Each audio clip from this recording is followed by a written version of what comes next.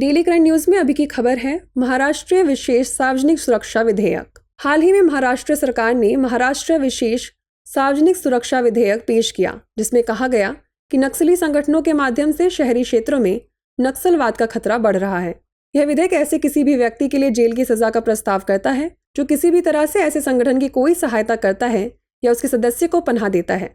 साथ ही विधेयक में उन लोगों के लिए भी सजा का प्रावधान किया गया है जो ऐसे समूहों की बैठक को बढ़ावा देते हैं या बढ़ावा देने में सहायता करते हैं।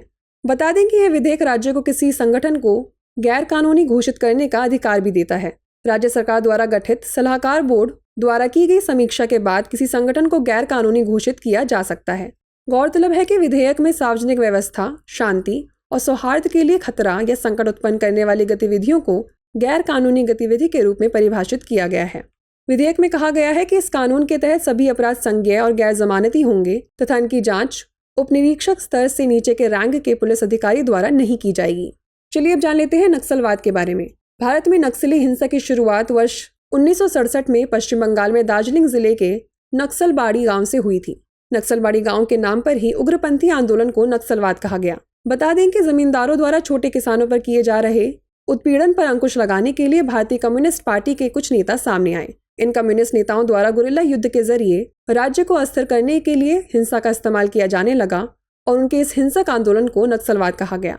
भारत में ज्यादातर नक्सलवाद माओवादी विचारधाराओं पर आधारित है। उल्लेखनीय है कि माओवाद मार्क्सवाद लेनिनवाद का एक प्रकार है जिसे माओ जेडोंग ने चीन गणराज्य में एक समाजवादी क्रांति को साकार करने की कोशिश करते हुए विकसित किया था। इसके जरिए वे मौजूदा शासन व्यवस्था को उखाड़ फेंकना चाहते हैं और लगातार युद्ध के जरिए जनताना सरकार लाना चाहते हैं। मौजूदा माओवाद हिंसा और ताकत के बल पर समानांतर सरकार बनाने का पक्षधर है। इसके अलावा अपने उद्देश्य के लिए ये किसी भी प्रकार की हिंसा को उचित मानते हैं। आइए अब नोट कर लेते हैं अभ्यास प्रश्न। निम्नलिखित कथनों पर विचार कीजिए। पहला, भारत में ज्यादातर नक्सलवाद माओवादी विचारधाराओं पर आधारित है। दूसरा, माओवाद हिंसा और ताकत के बल पर समानांतर सरकार बनाने का पक्षधर है। उपयुक्त में से कौन सा या से कथन सही है या हैं? केवल एक, केवल दो, एक और दो दोनों, या ना तो एक और ना ही दो? इसका उत्तर हमें कमेंट सेक्शन में जरूर भेजिएगा। धन्यवाद। डियर व्यूअर्स, अपने एग्जाम की तैयारी को और बेहतर करने के लिए हमारे चैनल को लाइक, शेयर और सब्सक्राइब करना न भूलें।